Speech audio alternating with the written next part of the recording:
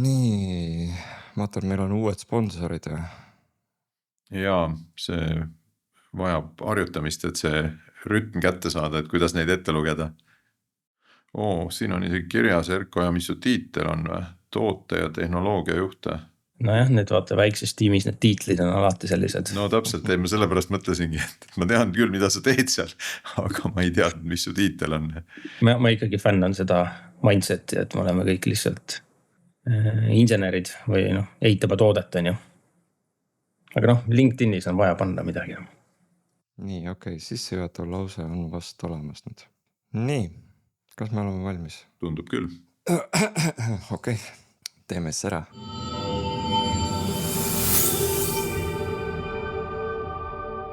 Tere tulemast taas Algoritmilainele, mille toovad teieni LHV, Nortal ja Veriff. Kätte on jõudnud meie 316. episood. Mina olen Martin ja täna minuga salvestamas Eerik. Priitu küll ei ole, aga ta on meile teemaks pannud siis sihukese uhke pealkirja nagu, et kuidas ja kus pilve peal meie pension kasvab. No, sellest saame siis täna arutada ja rääkida külalisega, kellel nimeks Erko Risthein, kes on siis tulevas toote ja tehnoloogia juht. Tere, Erko! Tere! Nagu ikka meil külalistel kombeks on, et neid natuke pommida alguses, siis väike kiire tutvustus meie kuulajatele või vaatajatele, et kuidas sa siis sinna tulevasse sattusid ja mis sa teinud veel oled? Hästi lühidalt. Minu taust on selline, et ma olen koodi kirjutanud juba enam sellest ajast, kui ma mäletan. 12-aastaselt ma kindlasti juba kirjutasin koodi. Ja siis pärast hiljem, kui ma ülikooli läksin, siis ma tegelikult ei õppinud üldse IT-d, ma õppisin hoopis finantsi. Aga siis otsapidi selle õpingu käigus ma sain aru, et ma ikkagi panka tööle minna ei taha. Ja siis minu esimene töökoht oligi Nortalis, kus Priit tänaseni. Ja Nortalist ma läksin edasi Wise'i, või tol hetkel oli ta nimi TransferWise, mis on juba üle 10 aastat tagasi. Siis kui ta oli veel selline 100 inimesega ettevõtte, selline kiiresti kasvav startup. Ja siis mõni aasta hiljem, kui ma sealt ära tulin, siis oli meid 1000. Ja siis nägin sellist väga kiiret kasvukõverat ja pidi hästi palju inimesi palkama ja hästi palju meeskondasid ehitama ja hästi palju koodi kirjutama. Ja siis tegelikult, kui ma sealt Wise'ist ära tulin, siis see kõige esimene asi, mis ma tegin, oligi Tuleva. Umbes 2016 lõpp, 17 algus, siis kui Tuleva sündis. Ja siis sellest Tuleva mudelist veel omakorda kuidagi sündis meil oma ettevõtte nimega Producement, mida me tegime siin 5 aastat. Aga Producementi teised asutajad on mõlemad vist Algoritmis juba käinud, nii Maido kui Jordan, et ma seal pikalt ei peatu. Aga Tulevat ma olen ehitanud kõik algusest peale, nüüdseks juba 9 aastat. Ja kogu aeg muude tegemiste kõrval kuidagi siin kambas olnud. Sprintidel osalenud, teinud natuke koodimist siin ja seal, osalenud tiimi planeerimistel ja nii edasi. No, päris aga nüüd vist mõnda aega ametlikuma tiitliga ka juba Tuleva juures nagu selles mõttes tööl. Jah, nüüd on niimoodi, et viimased 3 aastat olen ma täitsa full time. Et esimesed 7 aastat või 6 aastat ma tegin seda nii-öelda muude tegemiste kõrvalt peamiselt. Aga nüüd siis täiskohaga, jah. Okei, aga räägime natuke Tuleva kõigepealt sisust, enne kui me läheme sinna tehnoloogia poole peale, et ütleme niimoodi, et me enam-vähem võib-olla võime aivata, kes teavad, kes ei tea, millega täpselt Tuleva tegeleb, eks ole. Et kuidas sa oma sõnadega seda kirjeldaksid, millega Tuleva tegeleb? No esiteks tegemist on tulundusühistuga, mis on selline põnev ettevõtlusvorm, et me kõik oleme kuulnud, mis asi on osaühing ja mis asi on aktsiaselts, aga tulundusühistu on täpselt samasugune ettevõtlusvorm nagu need teised, aga pigem vähem levinud. Ja mis ta eriliseks teeb on see, et seal on liikmed igal liikmel on üks hääl.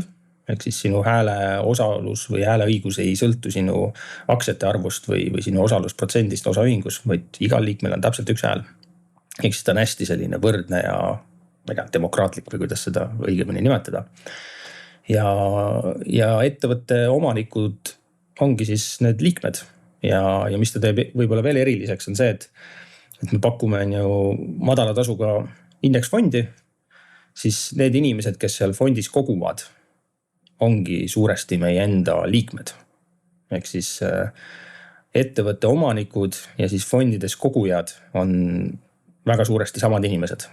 Ehk siis seal on selline huvitav incentive alignment või inimeste nagu motivatsioon on õige koha peal, et keegi ei taha ju pensionifondi eest või oma varahalduse eest maksta liiga suurt tasu, sest et tasu on sisuliselt miinusmärgiga tootlus on ju.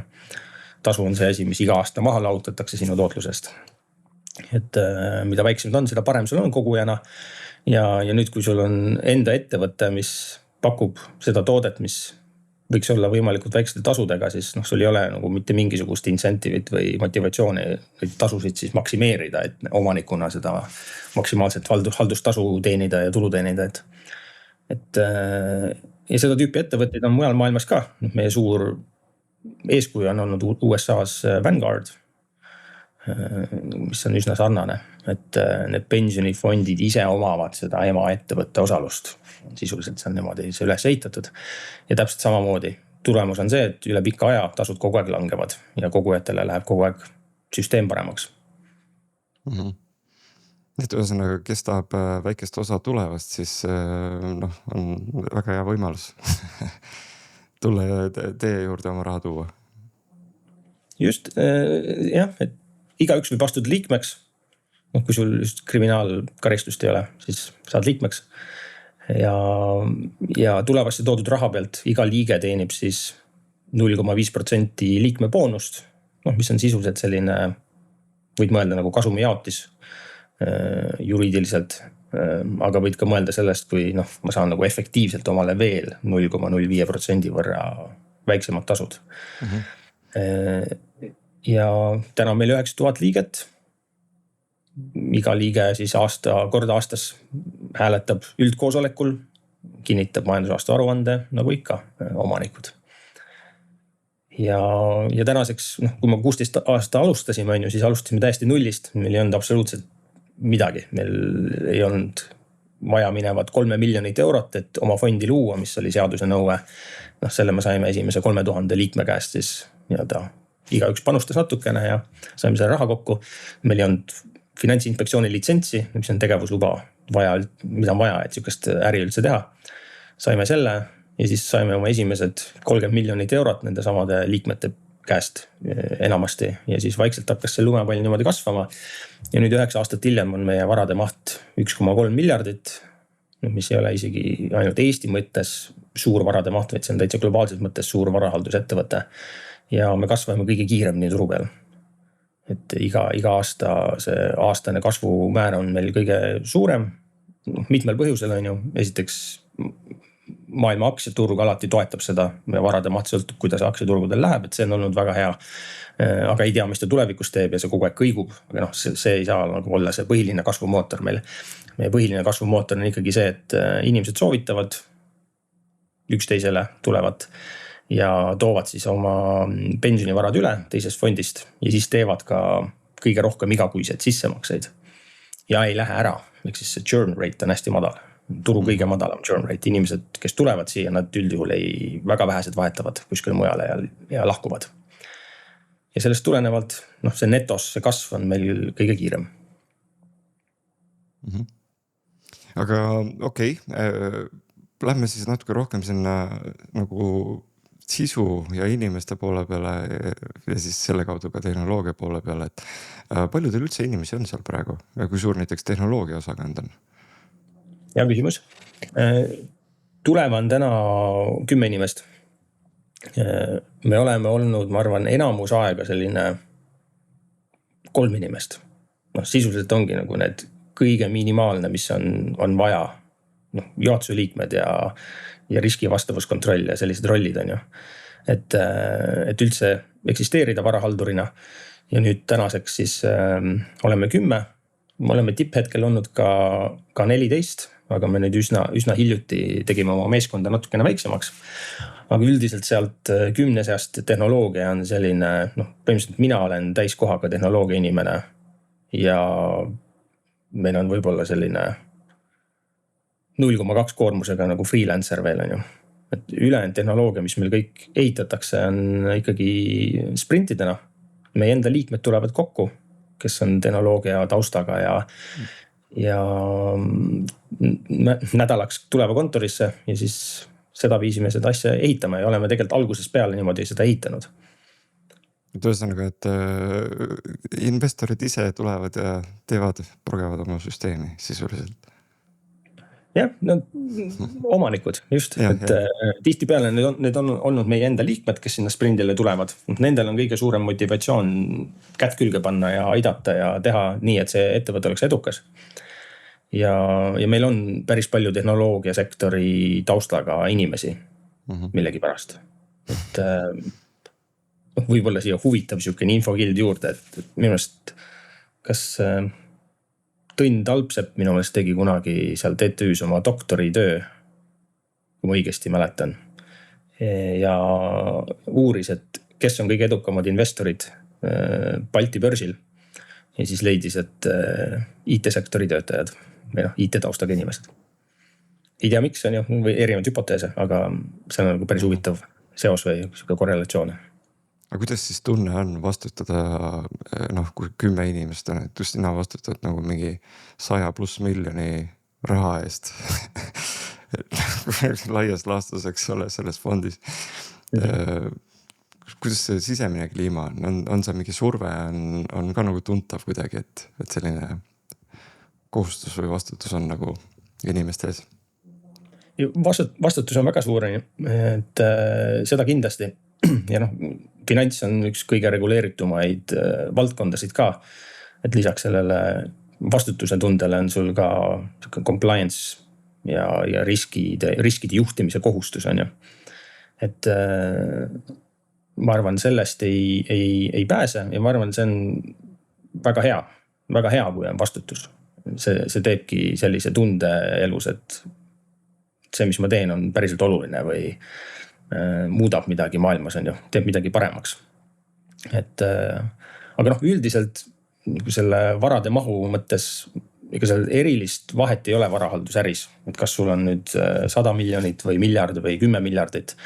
Need tööprotsessid ja need põhimõtted on enam-vähem samasugused.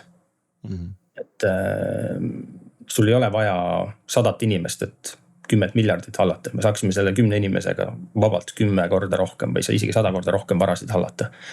Ja neid näiteid on maailmast, et kui sa vaatad, ma ei tea, Berkshire Hathaway seda peakontorit, siis seal ongi mingi 30 inimest ja on olnud kogu aeg umbes siuke headcount. Ei ole vaja inimesi. Sul ei kasva kulud niimoodi võrdeliselt sinu varade mahu. Headcount ja kõik sellega seotud kulud. Kulud on üsna fikseeritud. Ja sellepärast ongi see tuleva mudel niivõrd äge või selline varahaldusäri mudel niivõrd äge, et mida suurem on varade maht, seda madalamaid tasusid sa saad küsida, sest et sinu kulud on üsna sellised nagu fikseeritud. Ei kasva sellises tempos või sellise tõusukõveraga. Okei, aga nüüd sa mainisid neid, tõid siin vahepeal juba siukse juba tehnoloogia termini sisse nagu sprint on ju. Mul oligi järgmine küsimus, eks olnud kohe, et nagu ühe progejaga, võtame 1,5 progejat, tegite tuleva valmis nagu kuidas see toimib siis? Erko, äkki räägi võib-olla taustaks seda, et kui palju tehnoloogiat on vaja selleks, et tulevad nagu, kui palju seda või nagu loogilisel tasemel enam-vähem, et mida üldse nagu te olete ehitanud, sest see võib-olla see miljard varasid tundub, et siis selleks peab olema ka miljard rida koodi, et seda valvata, aga et see nagu päris nii ei ole. Okei, ma teen võib-olla väikse ülevaate sellest tehnoloogiast ja siis lähme selle Martini küsimuse juurde, et ma arvan, meil alguses oli eriti lihtne, sest et vaata see, kuidas Eesti pensionisüsteem on üles ehitatud, tehnoloogiliselt on see, et meil on üks keskne pensioniregister riigihankega valitud. Seda täna opereerib Nasdaq OMX, kutsutakse pensionikeskuseks. Ja mida nemad pakuvad, ongi siis sisuliselt selline API. Et näed, siin on API, kus sa saad küsida, mis on kellegi inimese fondi osakute arv või anna mulle ülevaade kõigist tema sissemaksetest, väljamaksetest. Saad sinna API-sse esitada avaldusi, et näed, palun nüüd vahetada minu fond sealt fondist sinna või nii palju varasid sealt fondist sinna. Ja nii edasi. Et see register on tsentraalne. Eks me ei ole pidanud esimesel päeval kohe hakkama mõtlema, et kuidas me nüüd seda osakute registrit peame. Ja sellest tulenevalt, kuna me ei ole pidanud seda ise ehitama, siis ei ole meil ka olnud sellist erilist nagu me enda peas nagu sellist erilist SLA-d või et me peame nüüd kogu aeg 100% ajast üleval olema. Nagu kaardimaksete puhul on see, et sa ei tohi lubada kunagi, et sul see süsteem maas on ja sa pead kogu aeg vastama mingisuguse sekundite jooksul. See on kõige halvem asi, kui inimene läheb maksma kassasse ja tal on käru täis ja see ei tööta. Et meil sükest nagu high availability survet ei ole kunagi olnud. Ja võib-olla räägiks siis tehnoloogiast natuke täpsemalt või sellest stackist. Et meie taust on see, et me tulime alguses esimeses sprindis tulimegi TransferWise'ist. Ehk siis me kasutasime väga suuresti neid samu tehnoloogiaid, mis meil seal olid. Või siis ütleme niimoodi, et kasutasime neid tehnoloogiaid, mis meil seal hästi töötasid ja ei kasutanud neid, mis seal eriti väga hästi ei töötanud. Et võtsime sealt parimad õppetunnid. Ehk siis meie kogu kood on backendis on Javas. Tänaseks juba Java 25 peal, ehk siis kõige viimane LTS versioon on ju. Üsna lihtne upgrade ida, ei ole suuri probleeme olnud, käime kogu aeg sammuga kaasas. Java on selles mõttes hea, et on staatiliselt tüübitud on ju. Kompilaator päästab päris palju igasuguseid väikseid bugisid ja väga hästi ennast tõestanud finantssektoris. Ma arvan, enamus maailmapangad täna töötavad Java peal ja nägime, et see töötas ka hästi Wise'is. Selles mõttes tundus see nagu mõistlik. Framework on Spring Boot. Tol hetkel, kui me alustasime, oli see veel üsna noor, aga me olime selle just seal Wise'is ära katsetanud, esimesed mikroteenused loonud. Ja meile väga meeldis sükene convention over configuration põhimõte, et ei pidanud mingit WebXML ja mingit piine seal käsitsi XML-ist defineerima kogu see pull, mis vanasti oli Springis üsna õudne. Ja siis otsustasime Spring Booti kasuks ja siis ilma sükse erilise XML konfiguratsioonita. Ja andmebaas on Postgres, minu meelest ka päris hästi tõestanud. Wise ei olnud Postgresi peal, aga me teadsime Postgresi hästi ja olime üsna veendunud, et see on õige valik. Eesti e-riik vist on suuresti selle peal ka. Ja siis veel üks huvitav tehnoloogiline otsus, mis me tegime, testimine. Me valisime testimiseks Spock frameworki ja Spock on Groovy keeles. See on ka natukene sealt TransferWise'i põhjustega, sest seal oli see Grails ja see Groovy oli nagu hästi suur, see esimene monoliit. Spock mulle hästi meeldis, seal saab sellised mõnusaid hästi vähe verbooseid spekke kirjutada, neid ei kutsuta isegi testideks, või öeldakse spec või specification, mis mulle ka kontseptuaalselt või niimoodi ideoloogiliselt väga meeldis. Ja selliseid mõnusaid pisikesi loetavaid teste, et testide puhul on nagu see loetavus oli minu jaoks kõige olulisem, et ta nagu päriselt kirjeldab, mida see tarkvara nüüd teeb versus, et seal on nagu väga palju sellist tehnilist verboosust nagu Javas kipub olema. Aga selle miinus on olnud see, et uutel arendajatel või kes siin sprintidel on tulnud, on nagu natukene ebamugav olnud, et nad ei ole Grooviga tuttavad, kirjutab production koodi ühes keeles, test teises keeles, et see on nagu onboarding või sükene, see pool on olnud keeruline. Pluss veel Groovi on dünaamiline keel, ehk siis kompilaator kompileerib ilusti sul igasuguse mudru kokku, ja siis runtime'is saad, et tegelikult sükest meetodit ei eksisteerigi või ma ei tea, seal on hoopis teine arvara. Ma tahtsin küsida, et kuidas see nagu tagantjärgi, et on see nagu pigem nagu hea otsus või Groovi osas just? Oleneb kelle käest küsida. Mina olen temaga nagu tegelikult üsna rahul, aga ma möönan, et seal on need puudujäägid. Number 1 on võib-olla, mis kõige tüütum on see, et vaata kui sa IntelliJ'is kasutad mingit refaktoorimise shortcut'e, ma ei tea, muudad mingi meetodi nime ära või meetodite parameetrid või midagi sellist, on ju. Siis ta päris hästi suudab sul kogu Java koodibaasi ilusti siukse staatilise analüüsiga läbi käia ja teeb niimoodi, et see asi kompileerub ja kõik töötab, on ju. Aga siis ta peab sinna Groove'i testidesse minema ja tihtipeale seal jääb midagi muutmata. Ja siis sa paned run ja vaatad, et testid on punased ja siis sa pead käsitse minema ja see on nagu see tüütu pool. Ja nüüd täna me kirjutame üsna palju ka JUnit 5-ga teste ja üldiselt ma mõtlen ka sellest niimoodi, et sa ei pea nagu abielus olema selle tehnoloogiaga, eriti Java maailmas, et võtta, sul on võimalik Javat kirjutada, Kotlini kirjutada, Groove'it kirjutada, sa võid need kõik eri keeltes failid panna sinna ühte koodibaasi ja siis lõpuks kompileeritakse kõik ju üheks Java bytecode'iks ja ta jookseb ilusti samamoodi kokku, on ju. Et me Kotlini kirjutanud ei ole, aga hiljem Producementis me tegime kõik asjad tegime Kotlinis, on ju. Et too hetk lihtsalt see Kotlini ja Springi backend tugi oli selline, et oli võimalik teha, aga ta ei olnud veel niimoodi, et täna on vaata, kui sa loed Springi dokumentatsiooni, siis kõik koodinäited on Kotlinis ja Javas, on ju, et see on sükene nagu first class citizen on Kotlin. Too hetk veel ei olnud, on ju, ja siis me Kotlinit veel ei kasutanud. Ma ei tea, kas see vastas su küsimusele natukene? Jaa, ei, sellepärast, et minu võib-olla Java projektid, ma ei ole muidugi Javat väga palju teinud kunagi, aga minu kokkupuude Groove'iga on olnud täpselt siis, kui on Jenkinsi pipeline'i vaja teha olnud, siis see on ikka ütleme niimoodi, plussid, miinused. Just, tegelikult oli ka niimoodi, et nii kui see Gradle'i build file oli ka Groove'is vanasti ainult, on ju, ja siis mingi tekkis Kotlini tugi, siis me kohe liikusime selle build file'iga vähemasti Kotlini peale, et seal me tundsime, et sellest nagu staatilisest kompilaatorist oli hästi palju kasu, et ta ütles sulle täpselt, kui sa kuskil skriptis mingi vea tegid versus, et selle Groove'iga nagu pidid hästi palju trial and error'it tegema. Selle build scriptil ei ole sul mingit teste ka, on ju. Et okei, ja siis mis meil veel seal on? Mingi frontend on ka kuskil, eks ole, mingi interface inimestele. Ja siis on meil eraldi frontendi rakendus. Selle me tegime kohe alguses Reactis. React oli üsna uus framework too hetk. Pigem oli see hetk, kus veel Angular oli päris kuum. Et React nagu natukene hakkas seda positsiooni üle võtma, aga ta veel ei olnud nagu nii levinud. Et see oli selline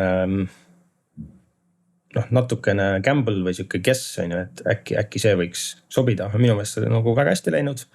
Sellega me oleme siiamaani väga rahul. Kogu frontend on TypeScriptis. Võib-olla natuke enne kumas ka läbi, et ma hästi armastan selliseid tüübitud keeli. Minu meelest on hea, kui kompilaator hoiatab sind või natukene päästab sind mõne sellise rumala eksimuse eest, et frontendis üritame ka tüüpida kõike. Meil on vanast ajast jäänud seal state management'iks veel Redux, millest me üritame lahti saada, aga me üldjuhul ei tee siukseid asju, et nüüd me võtame aja ja migreerime kõik mingi uue süsteemi peale, vaid me pigem ütleme, et okei, ärme rohkem Reduxi sinna mingit uut pärki tee. Ja kui midagi on vaja puutuda, siis teeme seda uuel viisil või migreerime niimoodi tükkhaaval ja see vana kood võib sinna jääda. See on niisugune üleüldine filosoofiline lähenemine ka, meil on iga pool, et kui mingisugune asi on natukene kole, aga sa mitte kunagi seda puutuma ei pea ja ta töötab, siis tegelikult ei ole ju nagu mõtet üldse sinna aega ega efforti panna. Eriti kui mingid testid või asjad ka peal on, eks ole, et sa vähemalt võid kindel olla, et pärast uute asjade lisamist ka nagu asi töötab, siis on see tõesti. Kui uus teil React on, nüüd just eelmine nädal tuli ju meeletu haavatavus, tuli ju Reacti serveris ja Reactis, mis on praegu isegi mul täna Telia saatis meili, et vaata oma koduleht üle. Meil backendis midagi seal ei ole, et me oleme üsna, ma arvan, natukene unarusse jätnud selle frontendi, et kui sa vaatad meie backendi, siis me seal oli pigem React 19 või mingid sellised väga värsked nagu, väga värske haavatus nagu. Okei. Jah, me kindlasti kõige uuema Reacti peal ka ei ole, et kindlasti frontend on see koht, kus natukene vajaks rohkem armastust ja hoolitsust. Aga backend on küll niimoodi, et me ikkagi väga rutiinselt iga kuu teeme turvauuendusi ja meil on seal Snyk.io teeb neid security skänne ja ütleb meile, kui kuskil on mingi turvaauk ja ma vaatan neid regulaarselt üle ja et seal me oleme hästi hoolsad. Frontend on jah niimoodi, et meil on seal üsna palju selliseid iganent dependenceid ja kahjuks, et see on see, kus me täna oleme. Ja infra poole peal on niimoodi, et täna me oleme AWS-is, me kasutame ECS-i Fargate'i, üks nagu serverless konteinereid. Me ei pea ise neid EC2 instance kuidagi käima panema või mõtlema, kui suurt neid vaja on, et ta haldab selle kõik meie eest ära. Postgres on RDS-is on ju, kogu selle Spring Boot'i me ehitame lihtsalt Dockerina kokku ja jooksutame siis seal Fargate'i peal pilves. Logimine on CloudWatchis, me kunagi kasutasime sükest asja nagu Papertrail ka, mis oli minu meelest jube äge toode, hästi hea, lihtne, intuitiivne, kogu aeg sul on nagu live tail ja sa saad alla kirjutada otsingut ja see kõik oli indekseeritud. Isegi mäletan, kas seda sai kasutatud, kas see pandi kinni või mis sellega juhtus? Vist jah, kuidagi müüdi maha ja mingi ikaldus oli seal, ühendusega me migreerisime sealt nüüd ära ja kasutasime CloudWatchi, sest et me oleme Amazonis ja see oli nagu lihtsalt one click nagu tööle panna, aga tegelikult me selle CloudWatchiga väga rahul ei ole, et seal minu meelest ei ole üldse nii mugav otsida ja agregeerida erinevatest teenustest kokku ja vaadata, kuidas nüüd see logirida seal ühest teenusest teise liikus on ju. Terraformiga on meil kogu infra tänaseks tehtud. Me palju aastaid ei teinud infrastructure as code'i, see on põhimõtteliselt nüüd viimase mingi paari kuu teema. Ja miks me nüüd selle ära tegime oli see, et LLM-id oskavad hästi seda Terraformi koodi kirjutada ja seda ise küll ei, ausalt mina ei ole selline inimene, kes seda väga armastaks, seda confi kokku kirjutada, et aga seal mingit tagasilõkke pole tulnud, et näed, sa ütled LLM-ile, et mul on vaja mingit 2 nõude ja siis ta natuke hallutsineerib sinna juurde ja siis on järsku järgmine cloud'i arve on kuskil pilvedes, võiks öelda. Ei, meil õnneks ei ole seal sellised tagasilõkke olnud ja nagunii see, et me ei lase seda LLM-i niimoodi iseseisvalt sinna toimetama, vaid me pigem teeme paarist temaga. Et nagunii inimene paaris programmeerijana review põhimõtteliselt iga selle koodirea ja võtab selle vastutusega lõpuks on ju ise, et see asi on õigesti tehtud. Siis CI on meil Circle CI's, tol hetkel oli see kuum platvorm, tänaseni töötab väga hästi, me ei ole seda pidanud vajalikuks kuskile migreerida. Kui ma täna teeksin, ma võib-olla paneksin GitHubi actionitesse selle lihtsalt lihtsuse mõttes, kuna meil kood on GitHubis. Ja umbes nii see stack on mingid küsimusi selle kohta või? Ei, ma just mõtlen ja kuulen, et tegelikult väga lihtsad vahendid asja kohta, mis võib-olla sa võiks arvata, et on nagu oluliselt keerulisem, kui ta on. Et aga kui minna sinna arhitektuuriliselt, et siis nagu see nende lihtsate vahendiketega, palju teil nagu erinevaid teenuseid seal üldse on või mida te nagu jälginud olete oma siis selle arhitektuuri juures, nagu teenuste arhitektuuri juures? Väga hea küsimus, et see oli just too aeg siukene 2016-17, kus olid mikroteenused olid hästi kuumad, kogu aeg räägiti igal pool on ju. Ja siis me muidugi suure kurraaga tegime seal Wise'is ka neid ja siis tagantjärgi võib-olla õppisime, et võib-olla mõned need teenused olid natuke halvasti defineeritud ja see skoop, mida ta nüüd tegi, ei sobinud on ju ja siis sa oled nagu mõnes mõttes sunnitud mingid teenused uuesti kokku üheks koodibaasiks liitma ja siis extractima hoopis mingisuguse teise nurga või teise ülesandega teenuse sealt on ju ja see oli üsna valulik. Et me natuke seda juba olime õppinud ja siis alguses me alustasime loomulikult monoliidiga. Ei olnud mingit põhjust kohe mingisuguseid teenuseid välja mõtlema hakata, sest meil on aimugi, et mis üldse tulevikus olema hakkab, kas seda üldse on vaja skaleerida või mis probleemi me lahendame sellega, et alustame lihtsalt. Ja siis ühes kohas meil tekkis niisugune tunne, et kuule, et siin vist on üks koht, kus oleks mõistlik eraldi teenusesse tõmmata see. Ja see oli see pensionikeskuse API integratsiooni ots.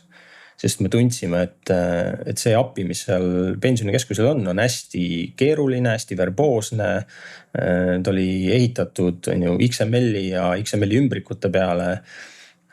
Kõik sõnumid jooksid üle asünkroonse IBM-i message queue, kuigi see API tegelikult oli sünkroonne. Ehk siis saatsid sõnumi ja siis ootasid, et äkki tuleb mingi vastus. Ja meile see väga hästi ei istunud ja me tahtsime palju lihtsamat API-t. Me otsustasime, et aga teeme niimoodi, et võtame nüüd kogu selle pensionikeskusega suhtluse ja teeme sellest eraldi teenuse. Seda pensionikeskuse ja IT-süsteemi nimetatakse EPIS-eks ehk siis Eesti pensioni infosüsteem. Siis me tegime omale EPIS Service, eraldi Spring Booti rakenduse, mis põhimõtteliselt lihtsalt enkapsuleerib kogu selle koodi ühte kohta ja annab mingisuguse enam-vähem viisaka sellise RESTful API välja, mis nagu meie domeeni jaoks sobib, tuleva jaoks sobib. See on ainuke selline eraldi teenus, mis meil on. Ülejäänud on meil kõik enda sellises monoliitses põhiteenuses ja siis on pigem see arhitektuur on seal teenuse sees. Et me oleme hästi hoolsalt üritanud mõelda, et kuidas me seal koodibaasi sees mingisuguseid package'id nimetame. No et kas me tihtipeale vaata minu meelest on niisugune suur viga, mis tehakse, on see, et tehakse sellised nagu ülesandepõhised või mingid tehnilise detailipõhised package'id, et siin on domain ja siin on services ja siin on controllers on ju.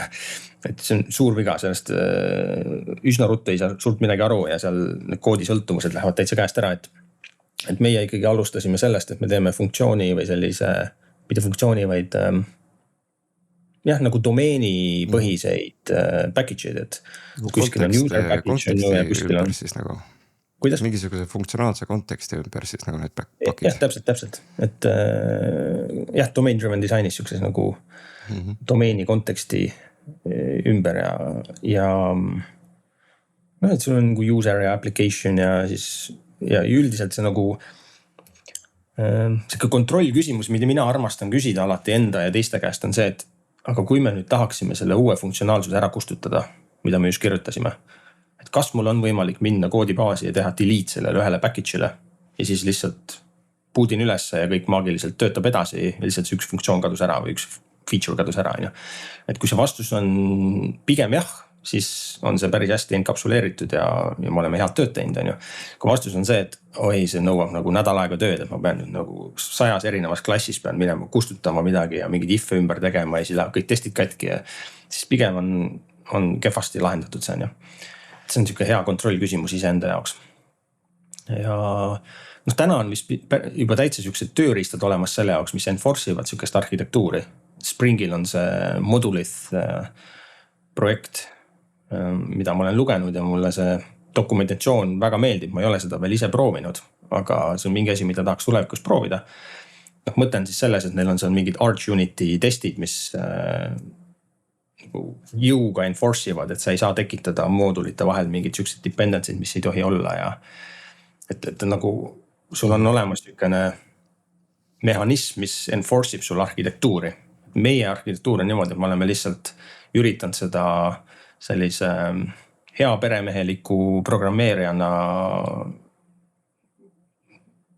enforce ida või niimoodi, et ma olen korralik, ma teen asju õigesti, aga ikka vahepeal libastud on ju ja teed mingi vea, et siis on jube hea, kui kuskil läheb mingisugune test läheb punaseks ja ütleb, et kuule, et siin tekkis siuke sõltuvus, mida ei tohiks olla koodibaasis.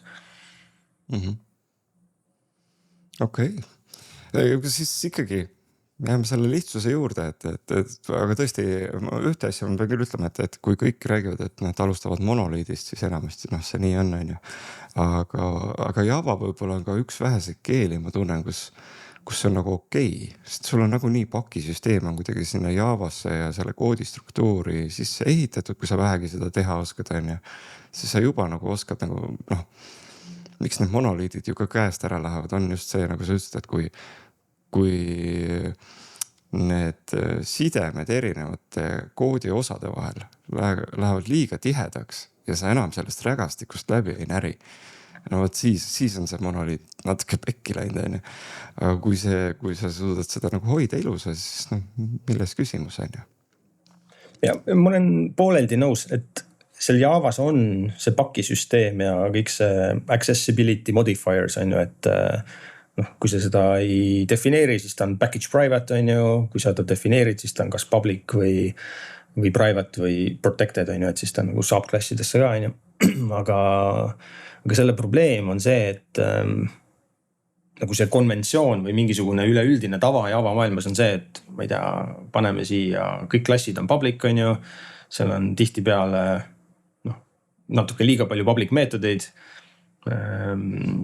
Ja siis on niimoodi, et sa võid põhimõtteliselt ükskõik kus package'ist teise package'i asju importida suvaliselt on ju. sul ei ole mingisugust nagu enforcement'i seal. Ja see Spring Module natuke seda lahendabki, et seal on ära defineeritud siuke konventsioon või siuksed reeglid, et kust sa mida võid importida. Ja ta nagu sunnib sind mõtlema kogu aeg siukse hea encapsulation'i peale, et kui ma nüüd teen omale ühe package'i siia, mis on selle package'i avalik interface ja mis peab olema siin täiesti peidus on ju. Ja sa ei saa iga suvalist klassi, sa ei saa sealt package'ist võtta mingit repository't ja inject'ida omale sisse dependency'na ja siis hakata andmebaasis mingit suvalisi muudatusi tegema. Vaid sa pead kasutama selle package'i mingisugust avalikku interface'i või mingisugust teenust, mis on mõeldud on ju nüüd selle domeeniga tegelemiseks. Seda tahaks kindlasti katsetada. Et ideoloogiliselt ta sobib väga hästi meie koodibaasi. Et aga praktikas ma ei tea, kui lihtne seda kasutusse võtta on niimoodi poole pealt. Et mul tundub, et teda võiks saada sisse lülitada kuskil väikses alam package'is on ju ja siis hakata sealt katsetama. Aga räägi, mis on, kuna sul on nagu terve selle tuleva teekonna juures juba olnud, on ju, et mis on teil näiteks kõige suurem katsumus siiani olnud? Et kogu see süsteem toimiks ja oleks nii hea, nagu ta praegu on. Kõige suurem katsumus? See on hea küsimus. Ma arvan, et see ei ole tehnoloogiline. Vast need erinevad integratsioonid, need on need keerulised kohad, üks oli see pensioniteenus, et need kõik nagu stabiilselt töötaks, et see kindlasti on olnud kogu aeg siuke oluline teema on ju. Jah, aga vaata, kui sa saad ühe korra tööle, siis ta on nagu jube stabiilne olnud, et seal ei ole nagu selles mõttes, et kogu aeg on vaja midagi fiksida või et oleks pidev siuke peavalu või midagi siukest, et ma seda ei ole tunnetanud. Mul on üldse nagu üldiselt tunne, et see tehnoloogiline pool ei ole olnud kõige suurem challenge. Et see kõige suurem challenge on tulevas ikkagi olnud see, et mis see õige asi on, mida ehitada on ju. Ja vaata, kui sa sprinti ka teed, siis sprindi jaoks on ülioluline see, et sa tuled ja sul on väga selge, et mis me tahame reedel seal demol näidata on ju. Mis see nagu deliverable on. Ja selleks, et see oleks selge, siis sul peab sprindile eelnema enam-vähem mingi paar kuud suuri vaidlusi ja mingit andmete vaatamist ja inimestega rääkimist ja mingite survey'de tegemist ja Figma prototüüpimist ja user testimist ja kõike seda, et sul tekiks see conviction, et see on jumala õige asi, mida me ehitame. Me teame, et seda on vaja. Me oleme päris enesekindlad, et kui me selle nüüd valmis teeme, et siis inimesed saavad sellest kasu ja see on kasulik on ju. Et me ei ehita sprindi käigus mingit sükest hüpoteetilist tarkvara, mis meile võib-olla tundub, et äkki keegi võiks tahta või midagi sükest on ju. Mis on see, ma arvan, kõige suurem oht üldse IT-sektoris, et väga palju tarkvara ehitatakse lihtsalt sahtlisse, mitte keegi kunagi ei kasuta või keegi ei saa mingit väärtust sellest on ju. Aga räägigi äkki nendest sprintidest natuke lähemalt, et Tulev ongi ju liikunud ainult nende sprint või mitte päris ainult, aga suures piiris nende sprintidega, et kuidas sa juba natuke rääkisid seda, et sellele eelneb ettevalmistus, aga jah, et kes sprinti teevad ja mis seal tehakse siis? Võib-olla räägingi kõigepealt, et mis see sprint on, et siis saame natuke detaili minna rohkem, et miks ta hea on ja miks ta halb on. Et plussid miinused alati. Sprint ta on inspireeritud sellisest Agile Scrumi metoodikast on ju. Et ta on ühenädalane. See on alati selline, või üldiselt olnud füüsiliselt nagu ühes kohas, et me kõik tuleme Tuleva kontorisse kokku. Istume seal oma läpakatega. See on selles mõttes avalik, et me paneme avaliku kuulutuse oma kodulehele. Ütleme, et kes tahab osaleda, see kandideerib. Teeme kandidaatidega intervjuu, vaatame, kes võiksid sobida. Kellele on hästi oluline, et sul on see tehnoloogia stacki kogemus olemas on ju, et kui sa nagu tuled kuskilt Pythoni maailmast või Ruby maailmast või Node.jsist või kuskilt on ju, aga tegelikult sa ei ole kunagi nagu Javate Springi teinud, siis see ei ole väga hea fit. Või ma ei tea, oled frontendi pole teinud või ma ei tea, oled Angulari teinud, aga Reacti pole näinud või nii edasi, et üldiselt vaatame, et sul ikkagi oleks päris hea kogemus selle tehnoloogia stackiga, siis sa saad tulla ja olla esimene päev kohe produktiivne. Sest sprint ei ole väga hea koht, kus tulla õppima mingit uut tehnoloogiat, et see on lihtsalt liiga lühike aeg. Siis üldiselt kõige paremad, edukamad sprindid on sellised, kus meil on mingisugune nagu Figma prototüüp, mille me saame siis magnetiga panna sinna tahvli peale või seina peale niimoodi välja prinditud kasutaja teekond. Et kui see kaasab sihukest front-end'i poolt, on ju. Või kui seda ei ole, siis noh, igal juhul peab see skoop olema ülihästi paigas. Me täpselt peame teadma, mida me ehitame ja mida me tahame reedel demoda, on ju. Et kogu see vaidlemine, et miks see üldse õige asi on, mida ehitada, äkki peaks teistmoodi tegema ja kas üldse keegi tahab seda kasutada ja kõik see vaidlus on juba enne seda sprinti meil tiimis sees ära peetud, on ju, et me oleme üsna veendunud ise, et see on õige asi. Ja siis on nagu lihtne veenda neid inimesi, kes osalevad ka seal sprindil, et miks see on õige asi, on ju, siis me oleme selle töö kõik ette ära teinud. Ja siis eesmärk on see, et nädala lõpus on ju reedel on demo, sinna me kutsume tihtipeale nõukogu liikmed, ülejäänud tuleva tiimi, kes iganes väljaspoolt ja demo me laivis päris töötavat asja, on ju. Demo ei ole see, et sa näitad mingit Figma joonistust või demo ei ole see, et sa näitad local host'is midagi. Demo ei ole see, et sa näitad kuskil staging keskkonnas mängurahaga midagi. Demo on see, et sa näitad laivis päris rahaga, päris protsessi ja tihtipeale demo käigus need teised inimesed, kes seal osalevad, logivad ka sisse ja teevad selle sama asja läbi, mida sina teed. Ja siis nädalaga ongi niimoodi, et on sprindi planeerimine. Kui on uued inimesed sprindil, siis me tihtipeale teeme seda natukene enne. Näiteks teeme pühapäeva õhtul, teeme dinneri, saame kokku, sööme kõud täis, saame tuttavaks omavahel, planeerime. Kui on juba varem osalenud inimesed, me tunneme üksteist, siis me teeme esmaspäeva hommikul seda. Siis on mõistliku ajaga võimalik see planeerimine ära teha, muidu läheb lihtsalt terve esmaspäev sinna, kui on uued inimesed. Ja siis iga hommiku teeme stand-upi, literally seisame püsti tahvli juures. Tihtipeale kasutame sihukest sticky note'idega Kanban board'i, ehk siis meil on to do in progress ja done, on ju, ja niimoodi füüsiliselt tõstame sticky note ja nädala lõpuks peavad kõik need jõudma sinna paremasse tulpa, on ju. Ja kuna aeg on fikseeritud, nädal aega, rohkem aega ei ole, siis skoop on varieeruv. Ehk siis me alati tuleme üsna optimistlikult, et tahaks kõik need asjad valmis ehitada. Nädala jooksul õpime, et kurat ei ole aega või ei jõua või see alati mingid tiketid kukuvad ära.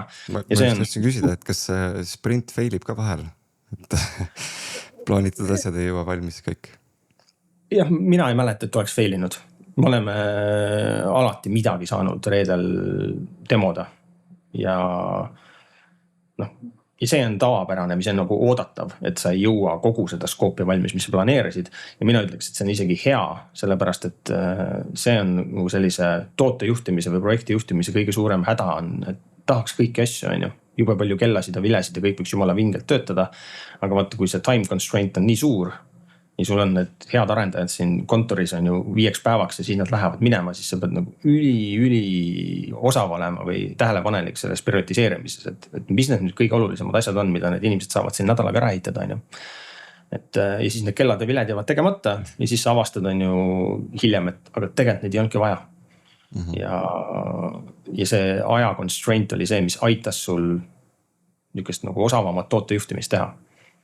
Et ta kohe filtreeris või sõelus välja need ebavajalikud asjad on ju, sinu eest. Sellel on suur väärtus. Et tulevas ei ole ühtegi kella ja vile, kui sa sisse logid on ju. Ja palju teil neid sprinte seni olnud on üldse kogu selle aja jooksul? Kui tihti need toimuvad teil?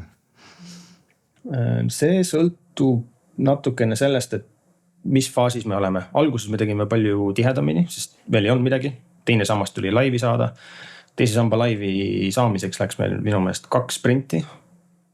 Minu meelest äkki oli teise sprinti lõpuks juba laiv, kui ma õigesti mäletan.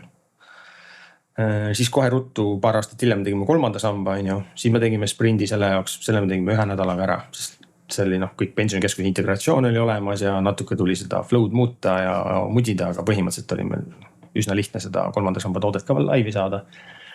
Ja siis on olnud sellised tootluskalkulaatorid ja mingid house cleaning sprindid ja need asjad. Ma arvan, et siin läbi aastate on neid kokku enam-vähem sükene 10 võib-olla olnud. Alguses tihedamini, siis vahepeal oli siin päris pikk paus, kus mina lihtsalt lubasin, et ma teen mingisugune 5 või 10 tundi nädalas on ju tulevad, et siis ma olin sellises freelanceri rollis on ju. Et nii on umbes olnud ja üldiselt need sprindid ongi kõige paremad nendes kohtades, kus meil on hästi selge mingisugune uus kasutaja teekond või mingisugune uus toode. Näiteks teise samba jaoks olid sprindid, 3. samba fondi jaoks olid sprindid. Nüüd me teeme seda vabatahtliku kogumisfondi sprintidega ja siis vahepeal tegime seal tootluskalkulaatorit ja siukseid asju, et need on kõige paremad asjad, mida sprindil teha.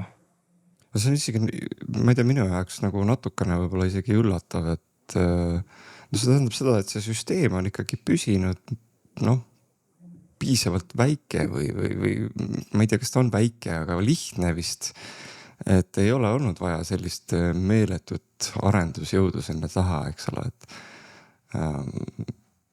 10 sprinti ei ole ju tegelikult väga midagi mõnes mõttes.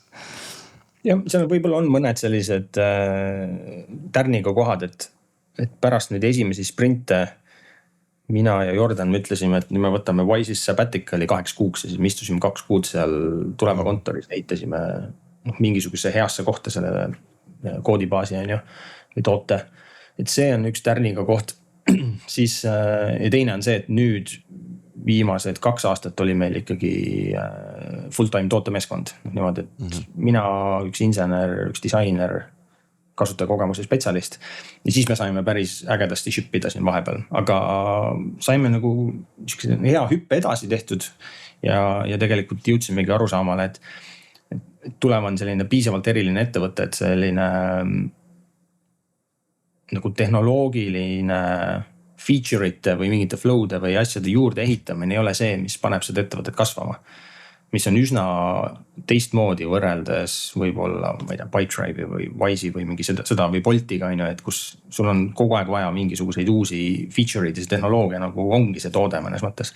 Aga meie toode ei ole tehnoloogia, et meie toode on ikkagi kogumine ja investeerimine.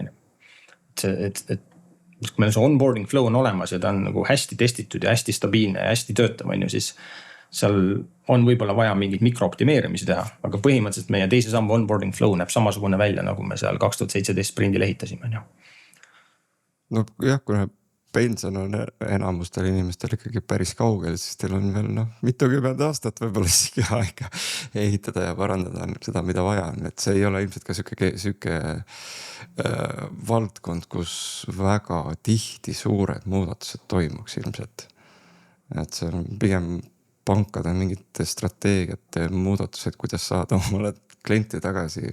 Kas ma lähen panen putka sinna kuskile supermarketisse püsti Prisma sissepääsu ette või et mis see on, et tulev on tõesti natuke nagu tundub teistmoodi, et ei ole vaja samu nõkse kasutada. Ei täiega õigus, ma võib-olla täiendaksin, et see, kuidas meie mõtleme sellest või kuhu me oleme jõudnud oma mõtlemises on see, et see tehnoloogiline kasutaja teekond ei tohi saada takistuseks.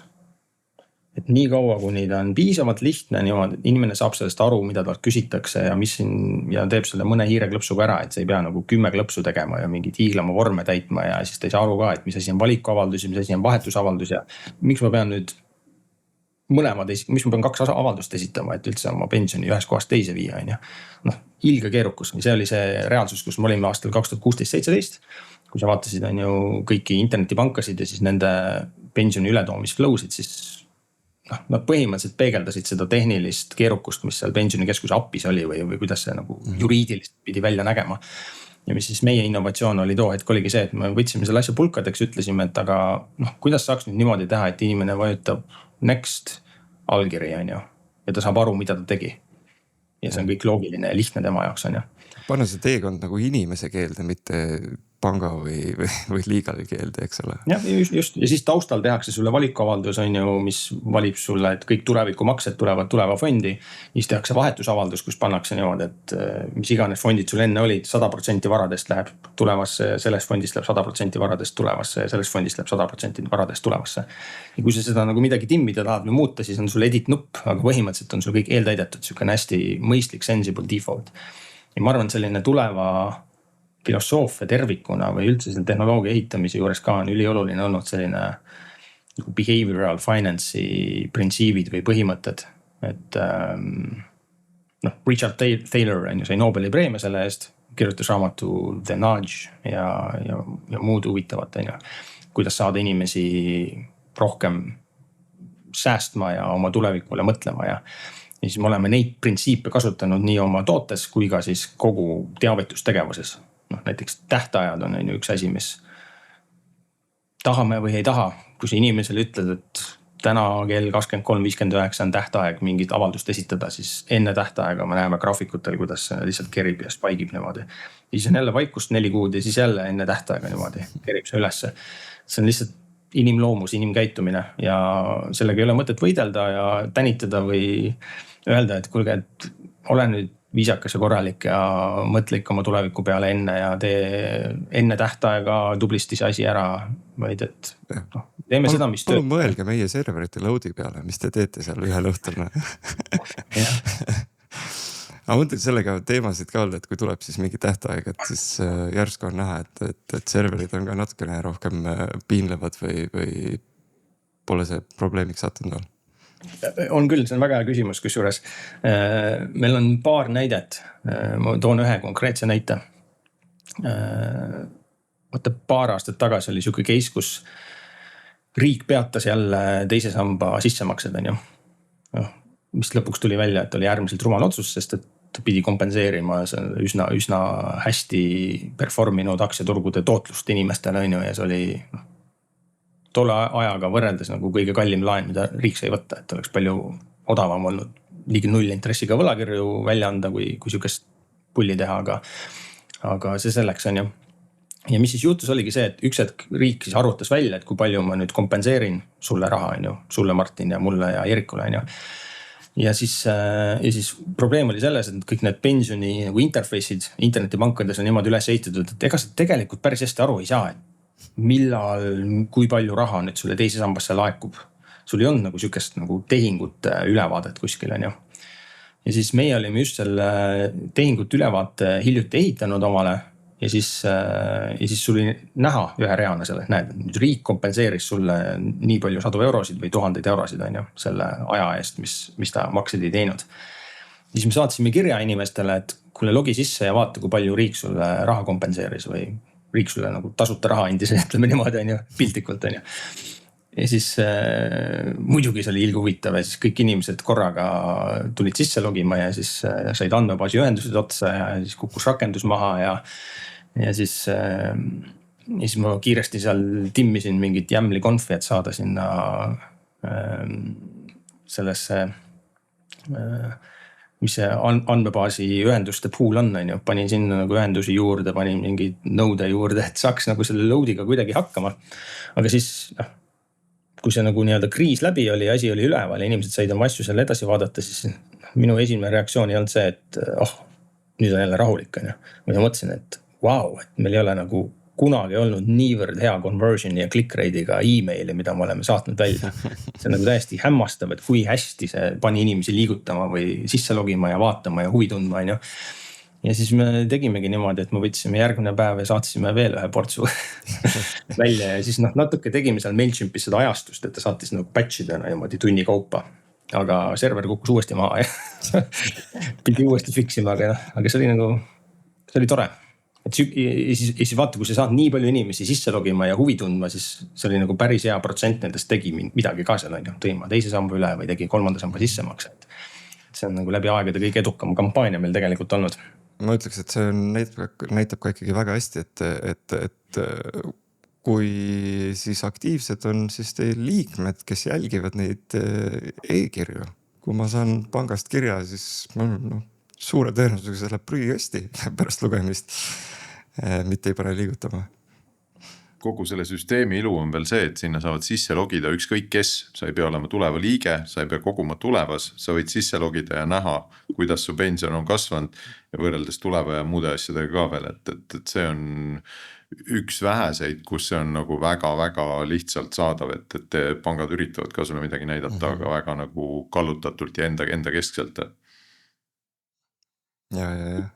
Aga kas te nüüdseks olete sellised võimalikud probleemid lahendanud, et kui tulevikus peaks tulema, et siis autoscaling ja kõik siuksed asjad?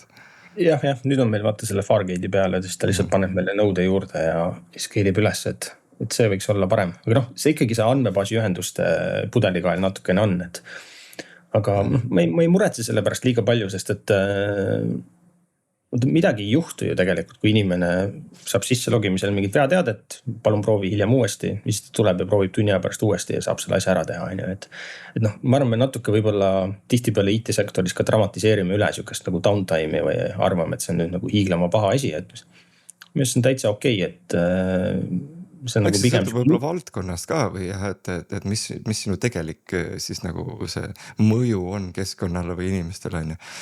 Kuigi ma pean ütlema, et Eesti on natukene nagu, Eesti on super hea, äge nagu tehnoloogia katsetamise ja kõikide sihukeste asjade katsetamise mängumaa, välja arvatud ühes osas. Meil on nii vähe inimesi. Enamus Eesti arendajad ei tea, mis tähendab load või mis tähendab siis, kui load spaib on ju. Et nagu minu meelest üks parimaid näiteid oli siis, kui tuli see, kas digilugu vist tuli või? Ja esimesel päeval, eks ole, et üritad minna apteeki oma asju välja võtta ja kõik on maas, kogu aeg nagu. Noh, pole arvestanud sellega, et järsku tulevad inimesed ka ja siis hakkab juhtuma asju on ju. Et noh, nüüd ei ole seda muidugi ammu olnud, aga see on tihti peale jälle, et mis see viimane kord oli, kus pandi, siia COVIDi alguses oli ju, et pane omale, broneeri omale aegade panemise. Ja siis oli sul seal järsku, oli see maas ja siis pandi sinna vähemalt ette see timer, et ole 10 tundi oota järjekorras ja siis saad nagu. Et see on selles mõttes on ta natukene nagu jah, ootamatu, et üldiselt Eesti inimesed ei tekita palju load'i, aga siis kui kõigil on korraga vaja minna, siis on hoopis teine lugu vaata. Võib-olla üks asi, mida ma tahaks veel rääkida sprindi kohta on see, et natuke on segane see, et mis vahe on hackathonil ja sprindil. Ja minu jaoks on seal hästi suur erinevus. Et hackathon on selline, kus tullakse mingeid ideesid valideerima, õppima, prototüüpima.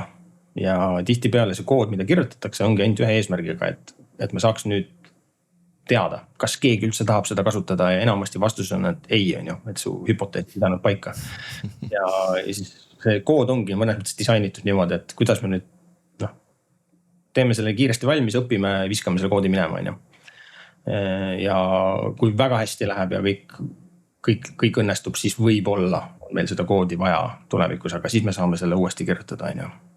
Mõelda natuke nendele skaleervuste peale ja kirjutame teste ka ja nii edasi on ju. Et see kvaliteet on nagu selgelt teisejärguline. Aga sprindi käigus on ju eriti selline tulemas sprint, mida meie teeme, on see, et reedeks peab olema productionis mingi asi. Ja production on see koht, kus on päris inimeste raha. Ja seetõttu, ja kui ta on pärast productionis ja sina lähed siit sprindilt minema, siis parem oleks, et minu kirjutatud kood töötab ka kuude pärast ja aastate pärast ja parem oleks, et ta ei lähe katki siis, kui mõni junior arendaja tuleb ja või mingi tulevas on keegi noorem on ju, et oleks nagu võimalikult selline robustne ja vastupidav igasugustele muutustele. Et siis sellest tulenevalt ikkagi see arhitektuur seal taga, me mõtleme selle hästi süvitsi läbi sprindi käigus. Me alati kirjutame teste. Meil on code coverage'i mõõdikud, kuigi coverage on siuke naljakas mõõdik, et ega ta väga hästi ei ütle sulle, kui head su assert'id on, et sa võid kirjutada teste, kus ei ole ühtegi assert'i. Kogu aeg rohelised, coverage on väga hea, on ju. Aga ta on ikkagi selles mõttes mingisugune proxy muutuja, et kui su coverage on madal, siis on sul probleem, on ju. Et me üritame nagu 80+ % peale saada seda, lihtsalt panime kuskile nagu toika maasse, ütlesime, et seal enam-vähem võiks olla see piir. Ja siis ikkagi korrektne monitooring laivis. Me teeme continuous delivery't kogu aeg, ehk siis sprindi käigus me kogu aeg reliisime laivi. Meil ei ole sprindi lõpus mingit big bang reliisi. Vaid me ikkagi kogu aeg võimalikult väikeste inkrementaalsete muutustega iga arendaja individuaalselt merge'ib siis masterisse oma branch'i, CI build'ib kokku, kui on roheline, deploytakse laivi. Ja siis me näeme kohe kuskil Slacki kanalis, kui hakkab errorit bilduma või midagi ja siis on nagu one click rollback. Ja see tähendab seda, et meil peab olema väga hea test suite, mida me usaldame backendis üle 2000 testi tänaseks vist juba. Ja kiire CI pipeline, et mingisugune 7-10 minutiga on meil uus versioon laivis. Kui on vaja rollbacki teha, siis see on kiirem on ju. Ja kui meil on niisugune läbimõeldud arhitektuur ja hea test suite ja me võtame sprindile häid kogenuid inimesi kellel on tugev tehnoloogia taust, siis ei ole see probleemiks olnud, et meil kuidagi see süsteem pärast ei oleks piisavalt hästi töökindel või midagi sihukest, et. Ma arvan, et ühe asja veel siin välja tuua, et erinevalt hackathonist, mis üldjuhul on selline vabatahtlike inimeste kogunemine, siis sprindil osalevad inimesed on tasustatud. Tulema maksab neile inimestele tasu selle eest, et nad osalevad. Et see on ka minu mõnest ikkagi nagu oluline erinevus. Ja täiega. Nagu sa mainisid ka enne, et ma saan aru, et teil on ka ikka korralik sõel, et siis sisuliselt sa teed ikkagi nagu peaaegu nagu tööavalduse, et tulla selleks nädalaks nagu seda tööd tegema, on ju?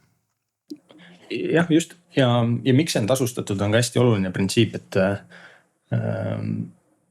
kui lugeda natuke selle kohta, et mis motiveerib inimesi, siis raha ei motiveeri inimesi. Väga halb motivaator. Aga raha, see ei tähenda seda, et me kõik peaksime ilma rahata tööd tegema, on ju. Raha on siuke asi, mis peab olema nagu piisav või ütleme hea kompensatsioon ja siis me rohkem ei räägi sellest. It's off the table, on ju. Et see printsiip on meil alati olnud tulevas see, et get money off the table, maksame inimestele väärt sellist nagu turutasu, on ju. Ja see viimane sprint oli meil niimoodi, et arvestasime umbes 100 eurot tunnis, on ju. Sul on 40 töötundi nädalas, 4000 eurot, saad ühe nädala eest, mis ongi võib-olla enam-vähem selline turutase, kui sa läheksid küsima kuskilt arendusmajadest, on ju, et kui palju arendustund maksab, on ju. Ja inimesed on väga happy'd sellega, võtmaks oma töö juures nädal aega puhkust, on ju, puhkusreservi nii-öelda ära kasutada selle nimel, saada sellest ausat tasu ja siis panustada kuskile, mis neid päriselt motiveerib, on ju. Need inimesed, kes sprintidel osalevad, on tihtipeale tuleva liikmed. Nad on fännid, nad tahavad, et tuleval läheks hästi, nad tahavad madalamaid tasusid, nad soovitavad meid oma sõpradele ja tihtipeale on ka sellise nagu tehnoloogilise tausta ja kompetentsiga, et kui me oleksime tahtnud neid täiskohaga palgata, siis me tegelikult ei ole võimelised neid inimesi omale täiskohaga saama.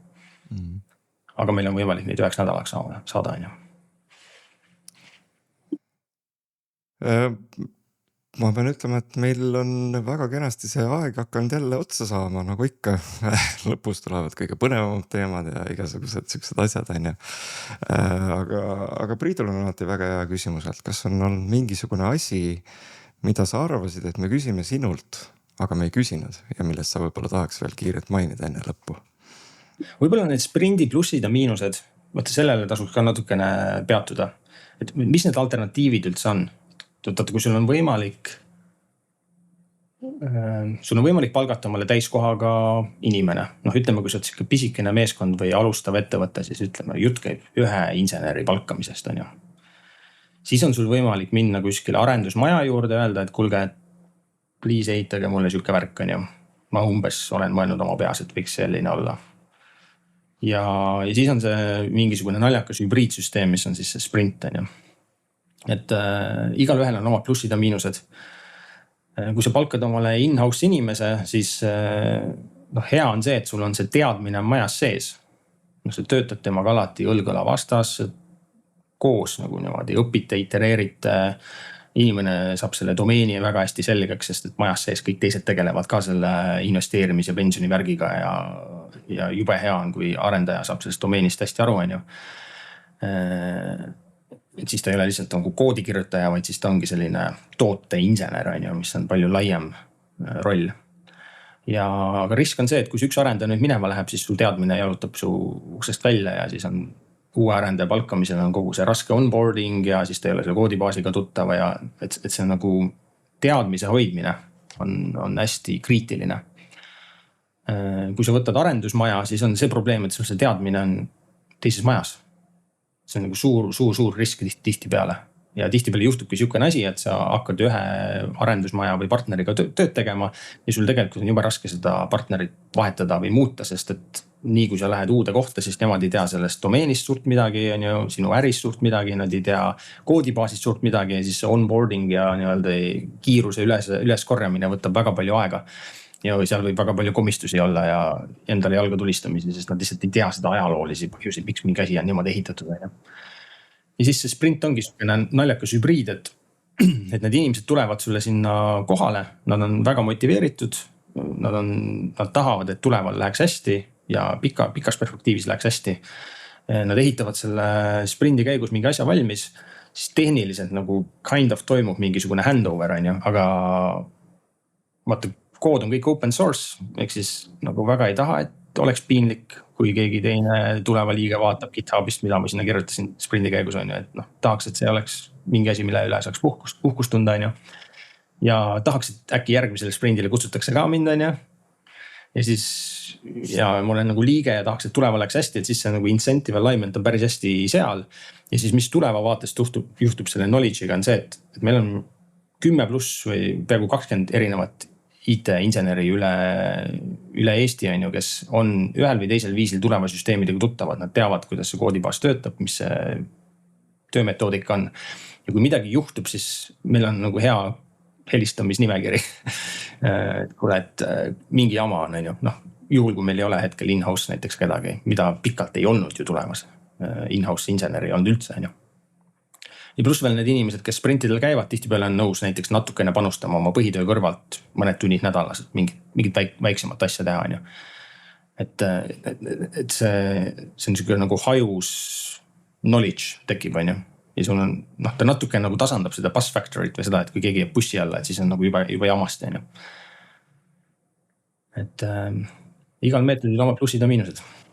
Ma just mõtlesin siin, et kas mõni ettevõte, kes noh, ütleme natuke tavalisem äriettevõte saaks samasugust mudelit kasutada, et noh, kui ta saabki aru, et tema süsteemi võib-olla ei pea niimoodi 24/7 kogu aeg nagu tiim taga olema, et saabki teha siukest sprintidega, aga tuleval on siin veel see just see unikaalne võimalus või nagu omadus, ütleme siis nii, et tal on need liikmed või isegi need noh nagu fännid, et ma arvan, et noh, on mõningaid ettevõtteid, mis ka võiks leida, et on nagu niisugused fännid, aga selgelt see tuleva olemus on natuke teistsugune ühest äriettevõttest ja see annab nagu lisastiimuli nendele, kes tahavad seal sprindis osaleda, et võib-olla kui see on nagu mingi tavaline äriettevõte, kes pakub mingit noh nagu natuke rohkem niši teenust, mis ei ole selline, et peaaegu, et pakume üle Eesti kõigile nagu head diili, et siis see on kindlasti keerulisem. Jah, nõus, aga ma usun, et on võimalik sellise kultuuriga ettevõtteid luua, on ju. Et noh, kui sa mõtled, ma arvan, kõik siuksed maailma edukamaid ettevõtted on ühel või teisel viisil hästi sellised missioonipõhised on ju. Neil on nagu mission driven, inimesed tulevad mingi missiooni pärast sinna, neil on selged ärilised mõõdikud silme ees ja siis nad optimeerivad neid mõõdikuid on ju läbi siukse nagu toote iteratsioonide, koodi kirjutamise, inimestega rääkimise, õppimise, data vaatamise on ju. Ja vaata, kui sul on siukene hästi selge missioon, siis mõnes mõttes on nagu lihtsam motiveerida ka kedagi, et kuule, võta oma sellest nii-öelda igavast põhitööst üks nädal puhkust ja tule meie kampa ja siis saad jube kiiresti liikuda. Et võib-olla paljudes ettevõtetes, eriti suuremates on see nagu aeglane. See on kindlasti hea argument jah, nagu selles mõttes, et kui sul on ettevõtte nagu see siht on väga selgelt paigas ja see on ka võimalik kommunikeerida seda, et noh, osad ettevõtted teevad mingit väga niši äri, siis see on keerulisem, aga jah, kui see on siukse suure mõjuga äri, siis kindlasti on see võimalik, et kõlab igal juhul põnevalt, mida võib-olla keegi teine võiks veel proovida. Ja just, ma arvan, et see ei ole kindlasti ainult sükestele, ma ei tea, tulundusühistu või ühistulaadsetele ettevõtetele, et see ikkagi, mis iganes see ettevõtlusvorm seal taga on, pigem on oluline see, et sellel ettevõttel või tootel oleks selge missioon, nad tahavad midagi maailmas paremaks muuta. Ja noh, kui sa suudad omale inimesi on ju palgata sinna missiooni taha täiskohaga, siis tõenäoliselt sa suudad neid ka tulla 9 nädalaks sprintima ka, et Boltil on see access või mobility missioon, et siis ma arvan, kindlasti on arendajaid, kes oleksid huvitatud nädalaks minema kuskile Bolti kontorisse ja sprintima näiteks on ju. Tundub loogiline mulle. Võimalik küll, jah. Ma arvan, et see on sobiv koht, kus joon alla tõmmata. on väga lahe vestlus olnud, Martin pidi juba järgmisele koosolekule jooksma. Et ma usun, et see on, sai kaetud see teema väga mitme nurga alt, et nii väga tehnilised detailid kui samas nagu selline kogu see üldine setup ja äkki mõni inimene sai veel tulevast teadlikuks, et võib-olla tulema saab mõne uue liikme ka siit endale, et või tulevase arendaja, et neid on alati tarvis, et igal juhul tänud sulle, Erko, et tulid ja jagasid, oli igal juhul väga lahe kuulata seda. Aitäh! Thanks, et kutsusite.